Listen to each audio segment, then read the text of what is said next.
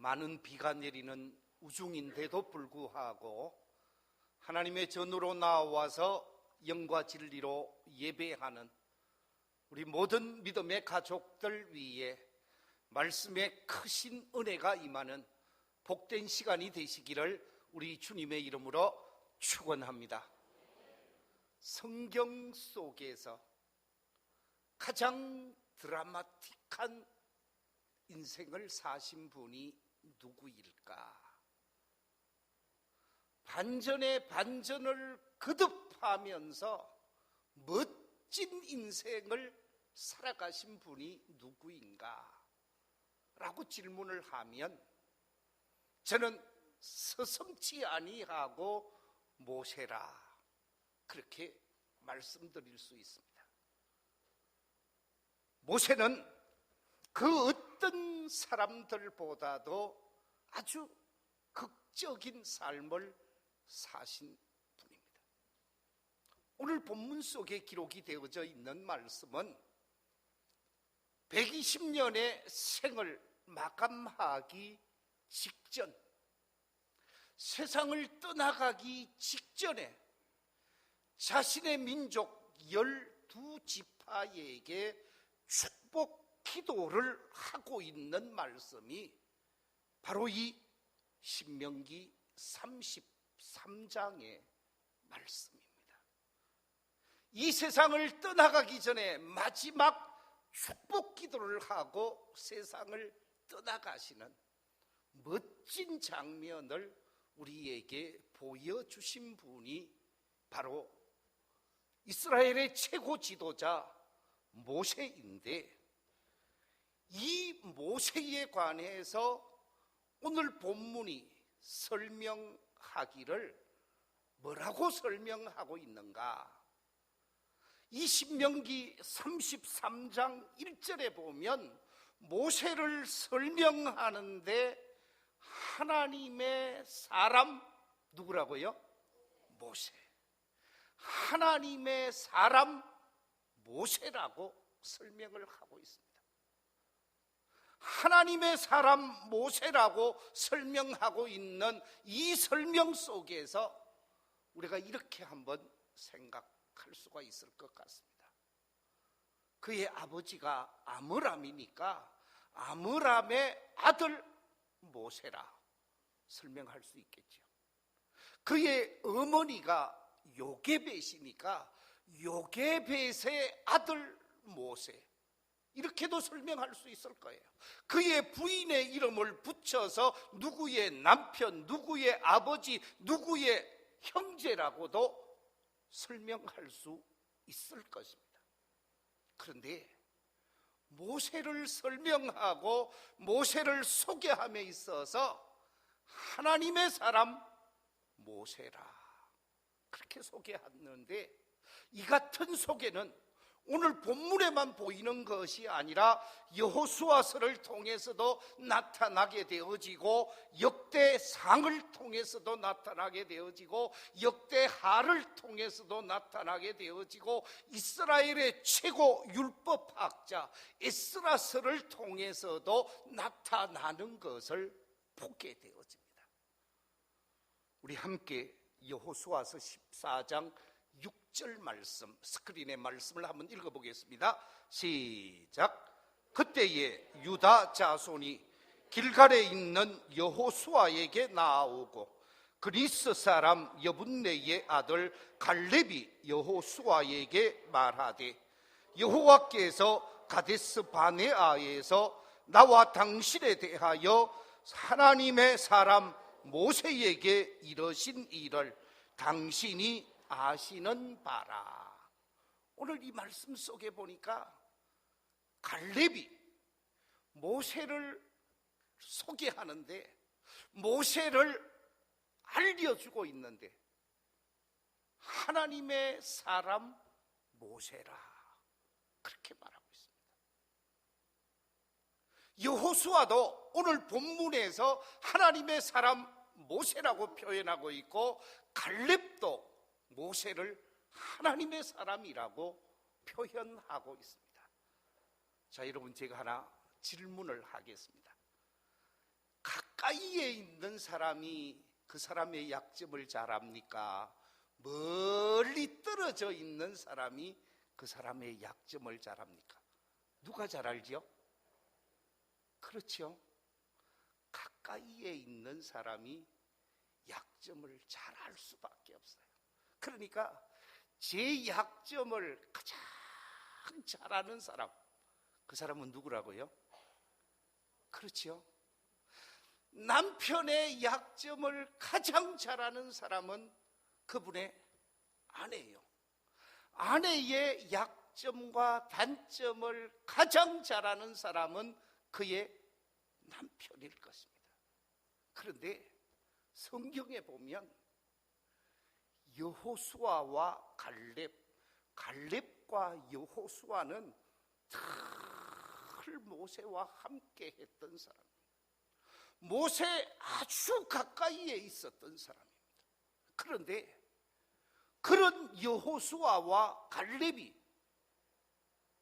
모세를 향하여 자신의 지도자라든지 자신의 스승이라든지 다른 어떤 표현을 쓰지 아니하고 모세는 하나님의 사람입니다. 하나님의 사람 모세라고 소개하고 있다라는 거예요. 그뿐만이 아닙니다.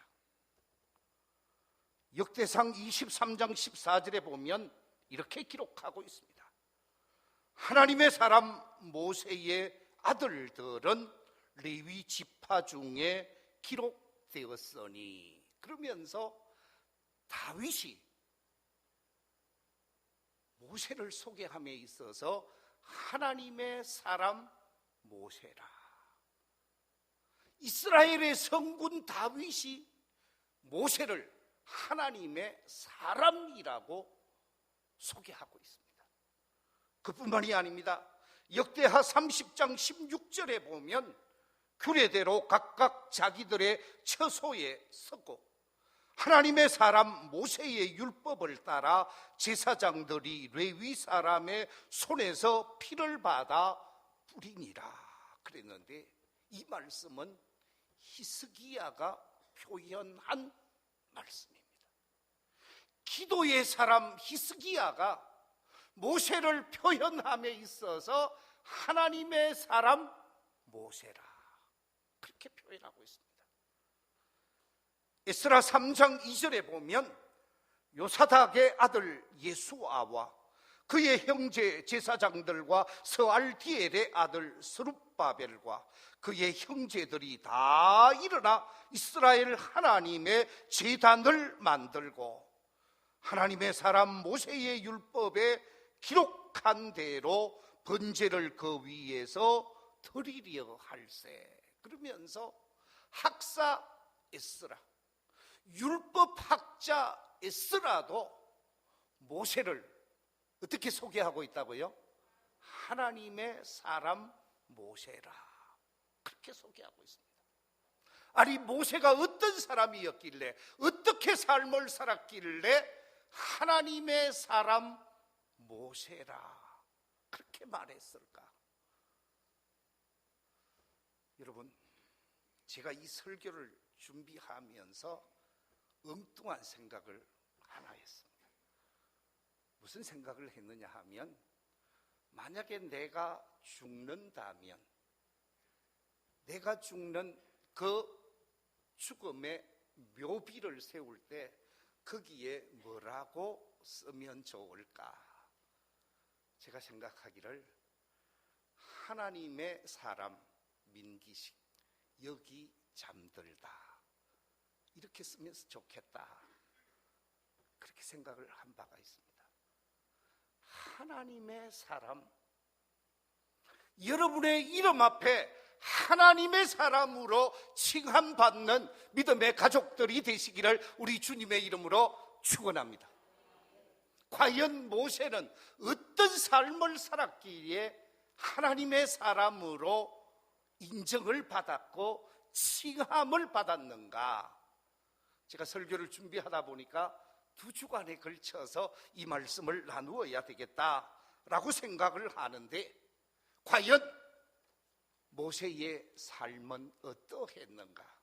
어떠한 삶을 살았기에 하나님의 사람이라고 인정을 받게 되어졌는가?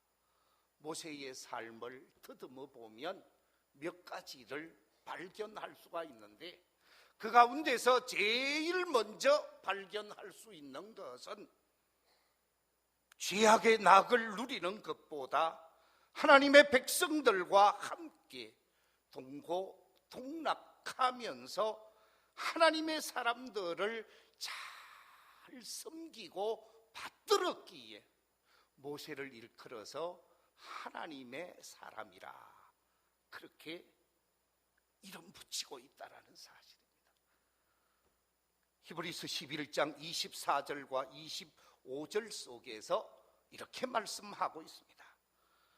믿음으로 모세는 장성하여 바로의 공주의 아들이라 칭함받기를 거절하고 도리어 하나님의 백성과 함께 고난받기를 잠시 죄악의 낙을 누리는 것보다 더 좋아하고 그랬습니다. 모세는 죄악의 낙을 누리는 것보다 하나님의 백성들과 더불어 함께하면서 하나님의 백성을 섬기고 하나님의 백성을 받들면서 사명자로 삶을 살고자 했던 사람이었다라는 말씀입니다. 모세는 공주의 아들로 애굽의 왕족으로 부귀영화를 누리면서 큰 소리를 치는 자리에 있었던 사람이었습니다.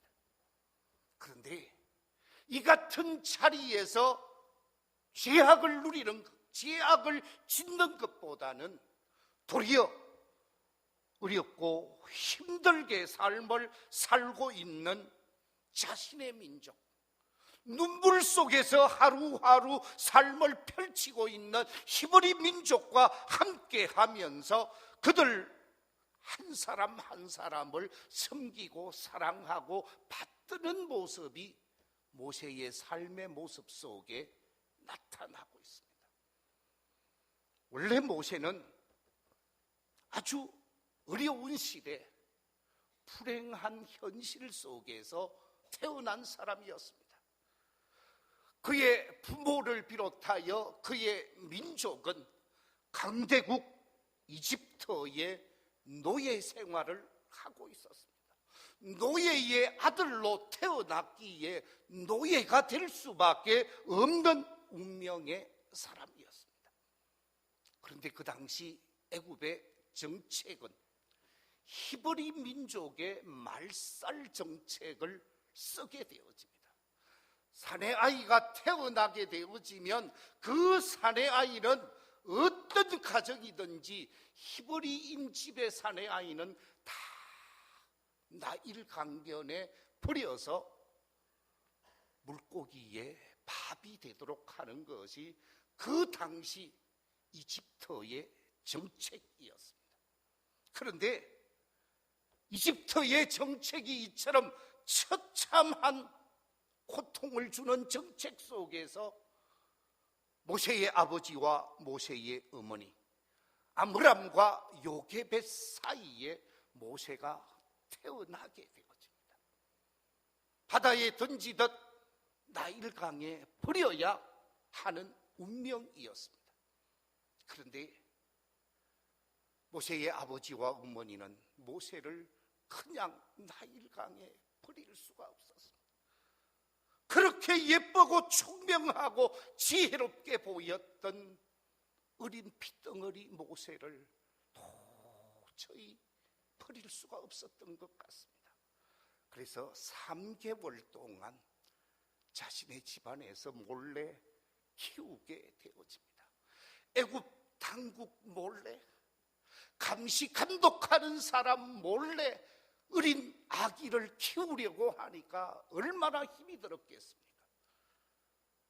그런데 3개월이 지나고 난 이후 모세의 우렁찬 사내 아이의 목소리는 담장을 넘어서 지나가는 사람들의 소리에 귀를 기울이게 되어지는, 그래서 지나가는 사람들이 다 들을 수밖에 없는 현실이 다가오게 되어지자 더 이상 키우지 못해서 모세를 나일 강변에 버리게 되어집니다. 갈대 상자에 담아서 아이를 버리게 되어지지요. 여러분 한번 생각해 보십시오. 내가 낳은 아이입니다. 10달 동안 고생하면서 어머니가 낳았습니다. 그 아이가 태어나서 눈망울이 초롱초롱하게 빛나는 100일 가까이 된 이 아이를 버리려고 하는 어머니 요게벳의 마음이 어떠했겠습니까? 그것을 지켜보고 있는 아버지, 힘없는 아버지의 그 가슴은 새까맣게 다 들어갈 수밖에 없었을 것입니다. 그럼에도 불구하고 버려야 하는 이 운명의 현실, 여기에서 울 수밖에 없었습니다. 탄식할 수밖에 없었을 것입니다. 갈대 상자를 만들어서 자신의 아이를 버리면서 신앙인이요 하나님을 믿고 하나님을 의지하며 사는 히브리인으로서 아므람과 요게벳이 할 수 있는 오직 한 가지, 하나님 이 아이를 보호해 주십시오. 이 아이를 살려주십시오. 이 나일강 아그떼 속에서 이 아이를 지켜주시고 이 아이를 보호해 주십시오. 기도하면서 모세를 나일강에 띄울 수밖에 없었을 것입니다. 출애굽기 2장 3절에 보면 이렇게 기록되어 있습니다. 더 숨길 수 없게 되매 그를 위하여 갈대 상자를 가져다가 역청과 나무 진을 칠하고 아기를 거기 담아 나일 강가 갈대 사이에 두고 그랬습니다. 아기를 나일 강에 버리게 되어졌습니다. 눈물로 뒤돌아설 수밖에 없었던 그 어머니, 그의 가족들의 마음은 그야말로 눈물이 범벅이 되었을 것입니다. 어린 핏덩이를 갈대 상자에 넣었다 그랬는데 우리가 여기서 기억해야 하는 중요한 단어가 나오고 있습니다. 먼저 기억해야 하는 것은 바로 이 나일강 속에 있는 사나운 짐승들, 특별히 나일강에는 그 어떤 짐승들보다 아주 사나운 입이 뾰족하게 나와 있는 것, 뭐지요? 악어. 이 악어떼가 나일강에 아주 많았다고 합니다. 심지어 어떤 악어는 그 길이가 6m 정도 되었다고 합니다. 아파트 2층 높이까지 길이가 이어졌다라는 거죠. 그러니까 작은 핏덩이 그냥 입으로 삼키면 씹을 것도 없었을 거예요. 그 악어떼들이 이글이글대는 크기에 버려진 이 꼬마를 보면서 얼마나 어머니가 기도하며 간구했을까. 그런데 바로 이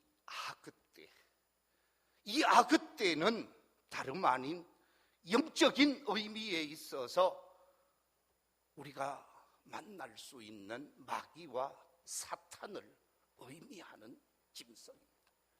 이 풍파 많은 세상, 이 어려움 많은 이 세상 속에서 우리를 삼키려고 하고 우리를 짓밟으려고 하고 우리를 넘어뜨리려고 하는 어둠의 영, 마귀를 상징하는 것이 바로 악어라고 말할 수 있습니다.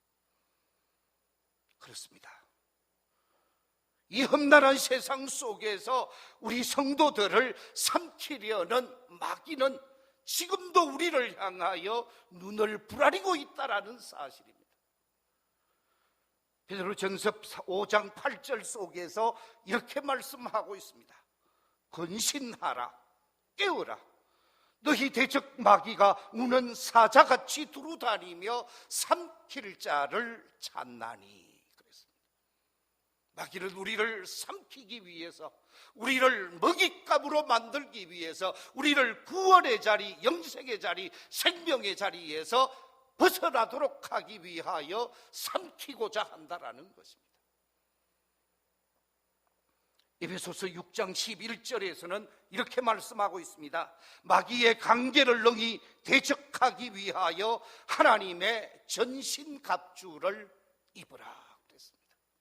마귀가 우리를 공격해오고 우리를 넘어뜨리고자 할 때에 넘어지지 아니하고 마귀하고 싸워서 이기기 위해서는 하나님의 전신갑주를 입으라 라고 말씀하고 있는데, 머리에는 구원의 투구를 써야 한다고 합니다. 허리에는 진리의 띠를 매야 한다고 말합니다. 가슴에는 의의 흉패를 붙이고 손에는 믿음의 방패와 성령의 검 하나님의 말씀을 가져야 하고, 발은 복음의 신발을 신어야 선한 싸움에서 이길 수 있고 마귀의 싸움에서 이길 수 있다라고 말씀하고 있습니다. 이 자리에 계신 우리 모든 믿음의 가족들이 하나님의 전신갑주로 무장해 있으면서 마귀를 이기고 선한 싸움에서 승리자가 되어지는 복된 역사가 있기를 우리 주님의 이름으로 축원합니다. 이처럼 마귀가 삼키려고 하는 그 나일강에 모세를 버렸습니다. 그런데 모세를 버릴 때 어떻게 버렸는가? 성경에 보니까 역청과 나무진을 칠한 갈대 상자에 넣어서 버렸다 그랬습니다. 여기서 아주 중요한 영적 진리가 담겨 있습니다. 나일강에 버려진 아기, 그 아기가 무사할 수 있고 물고기의 밥이 되지 아니하고 살아남을 수 있는 중요한 그릇, 상자, 그것이 갈대 상자요, 역청을 칠한 갈대 상자라고 말할 수 있습니다. 여러분, 여기서 말하고 있는 역청은 무엇입니까? 역청의 직접적인 의미는 오늘날로 표현하면 접착제라, 그렇게 말할 수 있을 것입니다. 도로 포장을 하게 되어질 때 여러분 새까맣게 바르는 그 아스팔트 유제라 그러죠. 그 아스팔트 유제를 일컬어서 역청이라고 말을 합니다.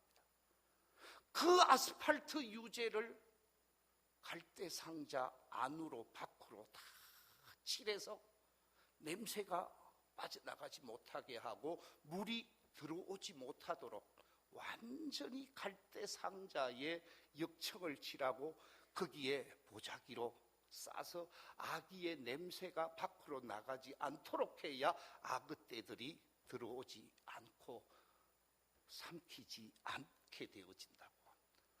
무슨 얘기입니까? 바로 역청은 우리 주님의 십자가 보혈을 나타내는 상징적 제품을 얘기합니다. 바로 이 역청이 예수 그리스도의 보혈을 나타내면서 예수 그리스도의 보혈이 있는 상자, 이 상자를 갈대 상자라 그랬는데, 이 갈대 상자라고 하는 히브리어 원어를 보면 고메테바라는 단어를 쓰는데, 이 고메테바라고 하는 말을 갈대 상자 혹은 왕대 상자라는 말로 번역을 하는데, 또 달리 번역을 하면 방주라, 나무로 지은 배를 뭐라고요? 방주라고 얘기를 합니다.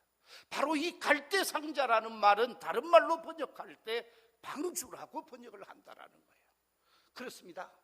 예수 그리스도의 보혈이 칠해져 있는 방주, 오늘날 교회를 얘기하죠. 바로 마귀와 사탄과 어둠의 영이 우리를 함부로 할 수 없도록 하기 위해서는 바로 역청이 칠해져 있는 갈대 상자, 방주 안에 있어야 한다라는 것입니다. 이 자리에 계신 우리 모든 믿음의 가족들이 예수 그리스도의 보혈로 온전히 단장되어져 있는 하나님의 교회 속에 있으면서 마귀의 밥이 아니라 하나님의 위대한 일을 감당할 수 있는 하나님의 사람들이 되시기를 우리 주님의 이름으로 축원합니다. 이처럼 갈대 상자에 버려진 모세는 나일 강 악어의 밥이 되지 않았습니다. 나일 강에서 흘러 떠내려가게 되어지는데 놀라운 반전이 일어나게 되어집니다. 그것은 다름이 아니라 물놀이를 하고 있었던 왕의 딸 공주가 그 갈대 상자를 발견하게 되어집니다. 그 갈대 상자를 발견해서 갈대 상자를 주워오게 했고, 갈대 상자를 주워오게 되어지면서 그 갈대 상자 속에 한 생명을 발견하게 되어지는데, 이때 애굽의 공주, 결혼을 하고 나서 5년이 지나고 7년이 지나고 10년이 지나감에 있어서도 아기를 가지지 못했던 것 같습니다. 아기를 가지지 못했으니까 얼마나 아기를 갖고 싶었겠습니까? 이처럼 아기를 소원했던 이 공주가 자신에게 뜻하지 않게 한 생명을 발견하게 되어졌고, 그 생명을 발견하면서 새롭게 자신의 아들을 삼고자 하는 마음을 갖게 되어집니다. 그래서 이 아이를 자신의 양아들로 삼으면서 왕족으로 모세가 변화되어지는 놀라운 사건이 일어나게 되어집니다. 노예의 아들에서 왕족의 혈통으로 세상 속에서 짓밟혀서 버려져야 하는데, 세상 사람들 위에 군림하면서 놀라운 왕자의 역할을 감당할 수 있는 사람으로 그의 신분이 180도로 바뀌어진 사건이 일어나게 되어졌다라는 말씀입니다. 그렇습니다. 아버지의 기도, 어머니의 기도, 아므람과 요게벳이 자신의 아기를 위하여 간절히 기도하면서 하나님, 이 아이의 인생을 책임져 주십시오, 하나님의 이 아이의 인생을 주님이 인도해 주십시오 기도하고 간구한 결과가 이와 같은 놀라운 역사로 나타나게 되어진 줄로 믿습니다. 그렇습니다. 기도는 헛되지 않습니다. 기도는 버려지지 않습니다. 기도는 하나님의 위대한 역사를 이루어내게 되어지는 줄로 믿습니다. 사랑하는 성도 여러분, 하나님께서 우리를 통하여 나타내시고자 할 때 기도하는 성도들을 통하여 일하시는 우리 주님이심을 보게 되어집니다. 기도하시는 성도들을 통하여 역사하시는 하나님이신 줄로 믿습니다. 이처럼 기도하며 간구했던 아므람과 요게벳의 기도에 의해서 히브리 노예는 애굽의 왕족으로 놀라운 반전을 체험하게 되어집니다. 이처럼 왕족이 되어져서 왕궁에서 40년의 생을 살게 되어진 모세는 애굽의 모든 학문과 지식을 다 습득하게 되어집니다. 애굽의 차원 높은 문화를 익히면서 대단한 능력의 사람으로, 대단한 힘 있는 사람으로 성장하게 되어집니다. 그래서 애굽의 차기 리더로서의 사람으로 인정을 받게 되어지는데, 이처럼 잘 성장하게 되어진 이 모세가 하나님의 사람으로, 하나님의 일꾼으로 그의 인생을 바꾸어놓은 놀라운 계기가 나타나게 되어집니다. 출애굽기 2장 11절 이하 12절 말씀에 보면 이렇게 기록하고 있습니다. 모세가 장성한 후에 한 번은 자기 형제들에게 나가서 그들이 고되게 노동하는 것을 보더니 어떤 애굽 사람이 한 히브리 사람 곧 자기 형제를 치는 것을 본지라. 좌우를 살펴 사람이 없음을 보고 그 애굽 사람을 쳐 죽여 모래 속에 감추니라. 무슨 얘기입니까?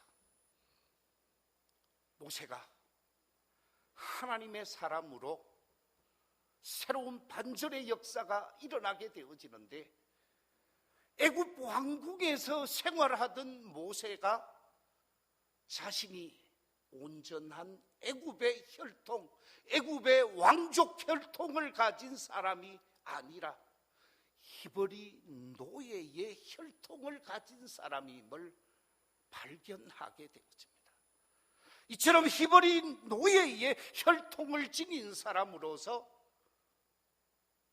공주의 양아들이 되어졌다라고 하는 사실을 알게 되어진 이 모세는 그때부터 애굽의 왕자요 왕족이었지만 애굽 사람들과 더불어 함께 하기보다는 오늘 읽었던 히브리서 11장에 기록이 되어져 있는 말씀처럼 고난당하고 있고 어려움 당하고 있고 아픔을 경험하고 있는 자신의 동족들과 함께 할 것을 다짐하고 그 어려움 속에 있는 히브리 노예들의 편이 되어서 일하는 모습이 나타나게 되어집니다.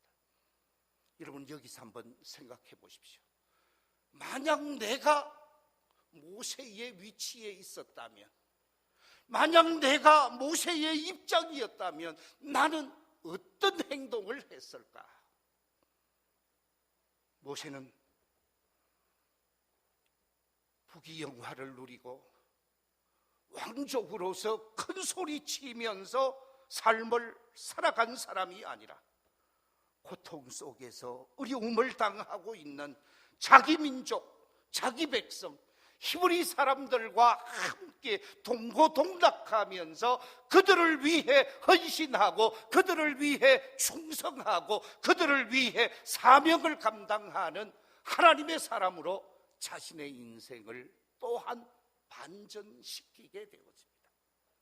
왕족의 자리를 과감하게 버리고 하나님의 사람으로서 하나님의 백성과 함께 동고동락하는 삶을 선택했다라는 말씀입니다. 그래서 자신의 민족을 이집트에서 자유케 합니다. 해방자로 사명을 감당합니다. 해방자로서 자신의 민족을 가나안으로 인도하는 인도자의 사명을 감당하게 되어집니다. 무슨 얘기입니까? 하나님의 백성과 함께하며 하나님의 백성의 섬김의 사명자로 사역했기에 모세는 하나님의 사람이라, 하나님의 사람이라고 인정을 받고 있다라는 말씀입니다. 바로 모세는 예수 그리스도의 그림자입니다.